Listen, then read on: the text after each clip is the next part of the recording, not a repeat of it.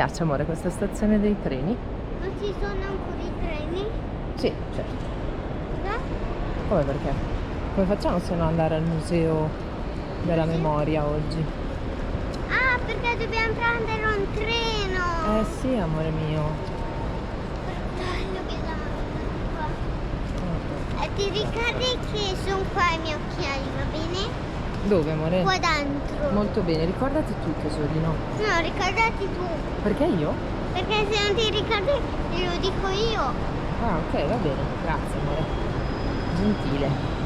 Guarda che carine le biglietterie.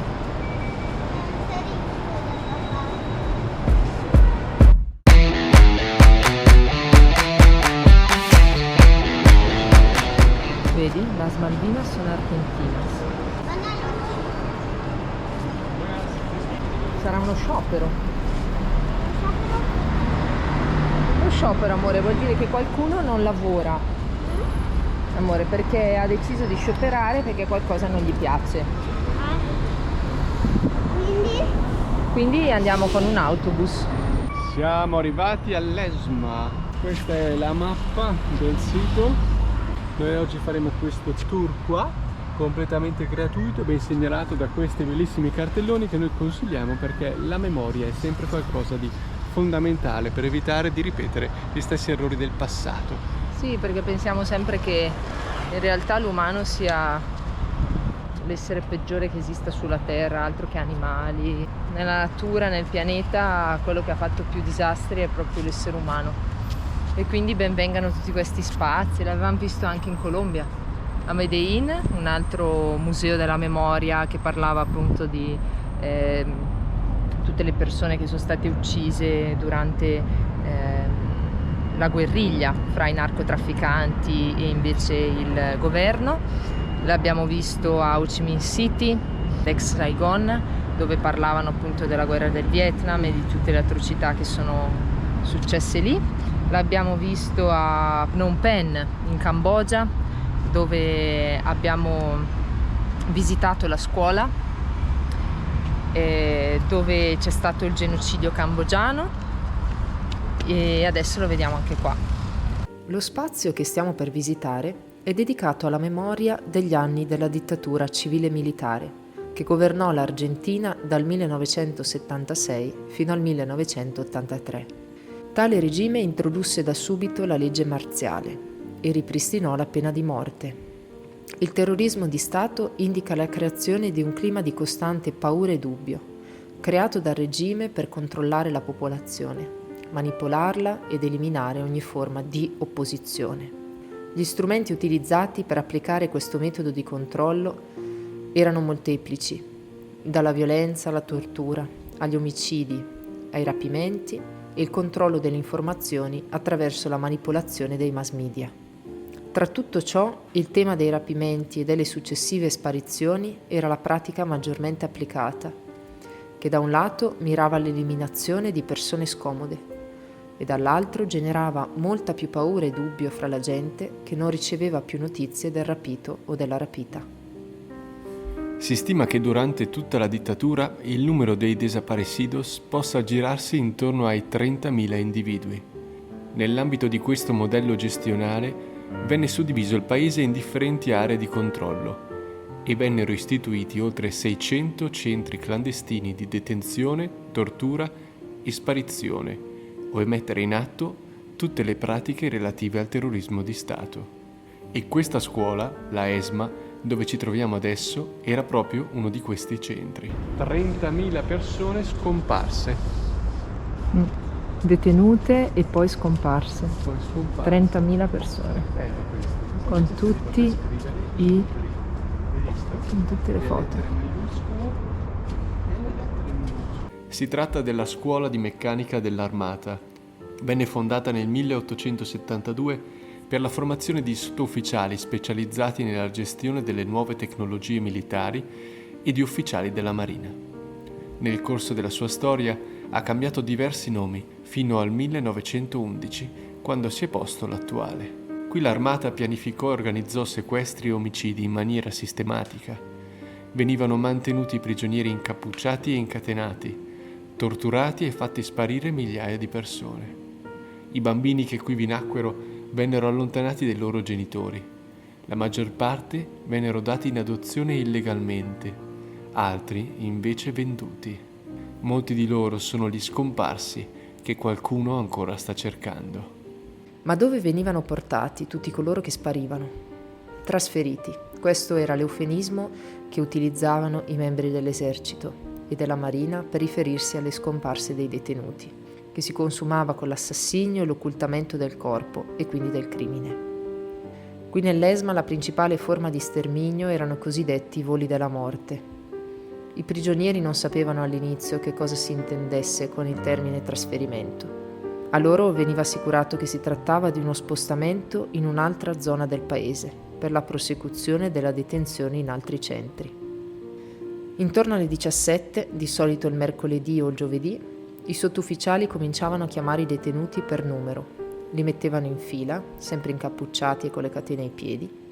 In tali condizioni scendevano 3 piani di scale per arrivare nel seminterrato dove li attendeva un infermiere che gli iniettava del Pentonal, un sedativo che fungeva da tranquillante. Venivano quindi fatti uscire da una porta laterale e caricati su un camion che li stava aspettando nel parcheggio per trasportarli all'aeroporto militare. Qui venivano caricati su aerei o elicotteri. I mezzi venivano scelti in base all'autonomia di volo, al numero di persone da caricare, ma sopra ogni cosa la possibilità di poter lanciare del carico in aria. Una volta in volo si raggiungeva un punto particolare del Rio della Plata oppure il mare aperto e si procedeva con il lancio dei prigionieri nel vuoto. Y otras guardias eran más flexibles. Por ejemplo, había unas guardias que permitían que de noche se contara chistes, que se cantara, siempre con la capucha puesta. Las divisiones entre las colchonetas eran rectangulares, el rectángulo no tocaba directamente contra la pared del fondo y permitía un pequeño espacio que era el que las guardias, comillas, buenas nos permitían utilizar poniéndonos de cabeza hacia la pared y conversar de alguna forma con los dos vecinos, si es que se animaban a hablar, claro.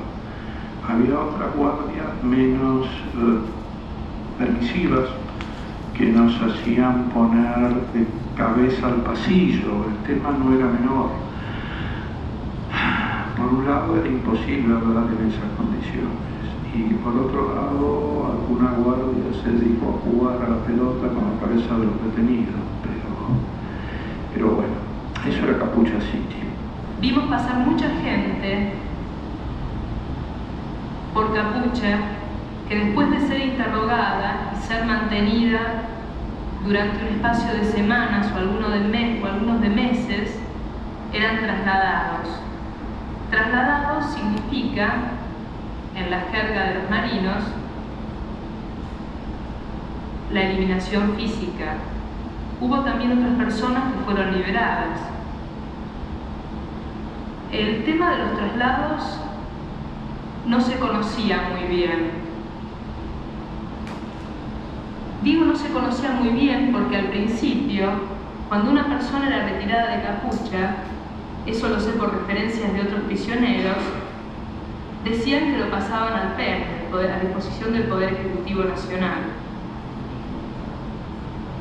Pero después, a raíz de relatos de los guardias, a raíz de relatos de prisioneros que por error fueron llevados en los traslados y después devueltos, se sabe que a esas personas se les aplicaba un tranquilizante que ellos llamaban pentonaval y que ellos eran cargados en camiones en el sótano y se rumoreaba, de esto no puedo dar fe, che erano arrojados desde aviones. Anche la tortura dei detenuti fu una pratica sistematica che cominciava con il sequestro, il posizionamento del cappuccio e il trasferimento nel centro di detenzione clandestina. Il cappuccio in testa era una costante per i detenuti, tant'è vero che spesso questi centri di detenzione venivano denominati Capucha City, ovvero città dei cappucci. Gli oppressori si riferivano alla tortura con l'eufemismo di interrogatorio. Tra i metodi più utilizzati vi erano l'uso dell'elettricità, la violenza fisica e psicologica e l'abuso sessuale. Anche le condizioni di alimentazione e di igiene furono un'altra forma di tortura applicata. Fino a metà del 1976 ci fu un'unica cella di tortura posta proprio accanto all'ingresso. Nella seconda metà del 1977 vennero allestite altre celle adibite a tale lavoro, contrassegnate da un numero. Il percorso per arrivare a tali celle venne battezzato dai soldati Strada della Felicità. Esisteva anche un'infermeria, il cui compito era quello di evitare che i detenuti potessero morire, per poter essere nuovamente interrogati e poter fornire altre informazioni. Capitava spesso che fra i sequestrati vi fossero delle donne incinta o che in seguito alle torture alcune delle prigioniere rimanessero gravide. Per gestire queste particolari prigioniere venne istituita la zona delle gestanti. Tale struttura aveva l'obiettivo di mantenere in vita le prigioniere fino al momento del parto. I neonati venivano dati o venduti a personale delle forze di oppressione oppure a qualche loro alleato. Il furto dei neonati divenne una pratica comune qui all'ESMA. La sconfitta dell'Argentina nella guerra delle Malvinas nel 1982 costituì l'ultima goccia che fece crollare definitivamente questo regime, con il ritorno alla Repubblica nell'anno successivo. Parallelamente alla dittatura crebbe anche un altro movimento, ovvero quello delle madri dei desaparecidos, dei dissidenti catturati e scomparsi fra le mani degli oppressori. Queste iniziarono delle manifestazioni pacifiche di fronte alla Casa Rosada già dall'aprile 1977, chiedendo informazioni prima e giustizia poi per tutti i loro cari. Ancora oggi molte di loro non hanno notizie relative ai loro cari, che rimangono quindi scomparsi. Abbiamo visitato qualche giorno fa questa piazza così importante per gli argentini. Se non hai ancora visto il video, te lo lasciamo linkato qui sopra.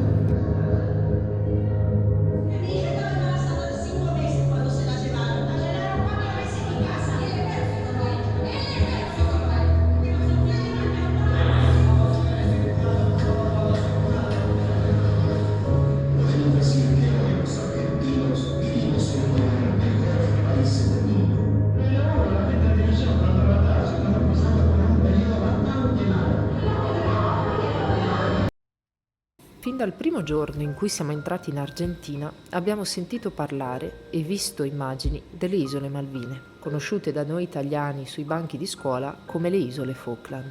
Non c'è stata città argentina che abbiamo visitato in cui non ci siamo imbattuti in un murales, monumento o una mappa disegnata delle isole Malvinas con la scritta Las Malvinas son Argentinas. Per la maggior parte degli argentini l'argomento riguardante queste isole è una ferita aperta. Ecco perché abbiamo deciso di visitare qui a Buenos Aires il museo interamente dedicato a queste isole. Proprio all'ingresso del museo è riportata la storia di questo arcipelago, dal 1494 fino al 2020. Nel 1494 Papa Alessandro VI interviene come mediatore tra Spagna e Portogallo per la disputa relativa alla sovranità.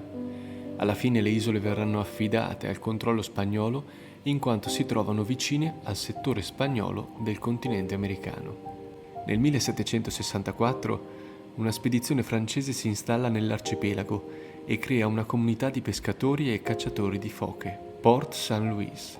Molti dei partecipanti a questa spedizione provengono da Saint-Malo. Per questo le isole vennero chiamate Malvinas.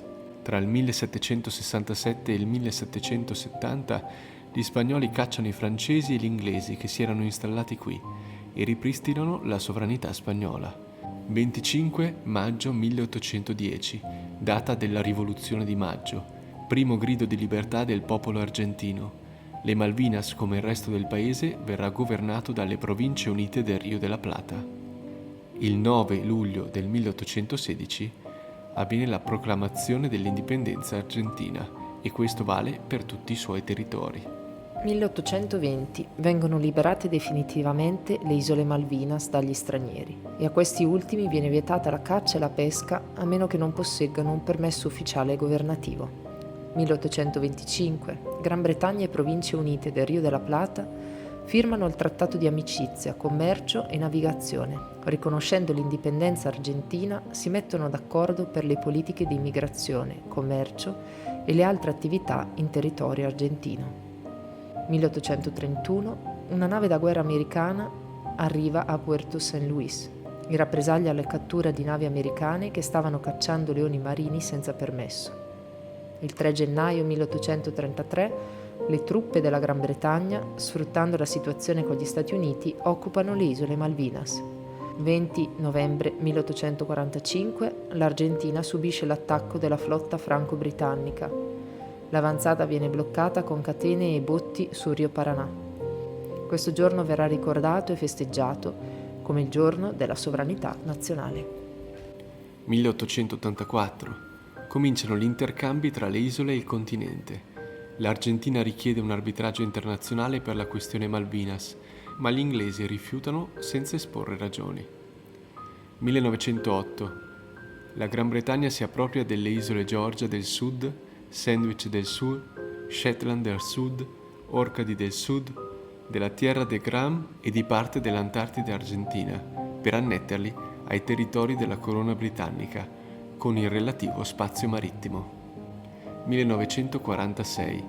Il presidente Perón presenta davanti all'Assemblea Generale dell'ONU la rivendicazione territoriale marittima sulle Malvinas e sul settore antartico usurpatoli dagli inglesi. 1960. L'ONU proclama la necessità di porre fine al colonialismo. Le Malvinas rientrano nei casi da risolvere. 1968. Argentina e Gran Bretagna firmano un memorandum. Gli inglesi si impegnano a riconoscere la sovranità argentina, ma gli argentini tutelano gli interessi degli isolani, cittadini inglesi compresi. Inizia il processo di decolonizzazione delle isole Malvinas. Questo comporta più commercio con il continente e l'invio di maestre per insegnare il castigliano nelle scuole. L'ONU riconosce gli sforzi dell'Argentina di risolvere la questione pacificamente. 1976. Inizia la dittatura militare più sanguinosa della storia argentina. 1980. Il governo inglese di Margaret Thatcher offre il ritorno delle Malvinas all'Argentina, con accordo di coamministrazione delle isole per lo sfruttamento delle risorse. 1982. Guerra delle isole Malvinas. La causa principale probabilmente è dovuta alla dittatura militare che stava perdendo consensi. Il 2 aprile la giunta militare ordina lo sbarco nelle Malvinas. Gran parte del popolo argentino si identifica con la riconquista di queste isole, ma non con la dittatura. 1 maggio, la Gran Bretagna inizia il bombardamento delle isole con il sostegno militare americano. Il 14 giugno fu proclamato il cessate il fuoco e si conclude così la guerra delle isole Malvinas. Nella guerra delle Malvinas sono morte 649 soldati argentini e 255 soldati britannici. Dal 1983 inizia un periodo di occupazione illegale del mare, sfruttamento della pesca e degli idrocarburi da parte degli inglesi, ma anche di richiesta di risarcimenti e di stipula di trattati da parte dell'Argentina. Nel 2009 la UNASUR, Unione delle Nazioni Sudamericane, riconosce la sovranità argentina delle Malvinas. 2011, nella Terra del Fuoco, si promulga la legge Gaucho-Rivero, in onore ad uno dei combattenti, che proibisce la permanenza nel territorio provinciale di navi britanniche senza la debita autorizzazione. Inizia un blocco all'economia coloniale britannica nell'Atlantico del Sud. Ad oggi la situazione è ancora invariata. Le isole Malvinas, note anche come isole Falkland, rimangono un territorio britannico oltreoceano. Nel 2013 è stato effettuato un referendum in cui si chiedeva agli abitanti delle isole se volessero confermare l'attuale status oppure modificarlo, e la maggior parte degli isolani ha espresso di voler rimanere parte del Commonwealth, anche per ovvi motivi economici. Il governo argentino ha però disconosciuto la validità dell'esito del voto definendolo una parodia, a detta del presidente Kirchner.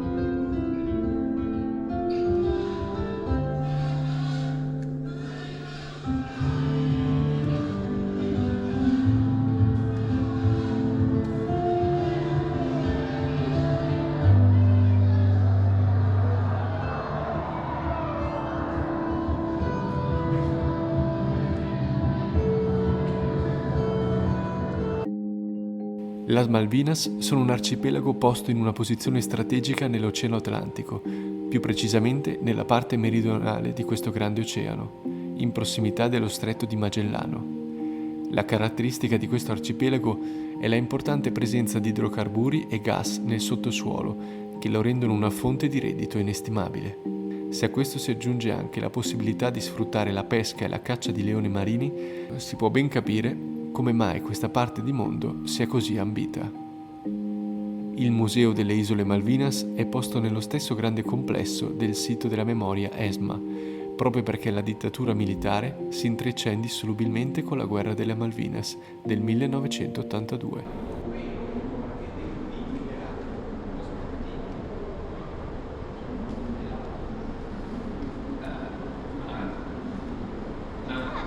Se li hai lavati, amore, i denti, secondo te? No, marrone, sono marroni. Non se li hai lavati, amore. Guarda, i delfini bianchi e neri.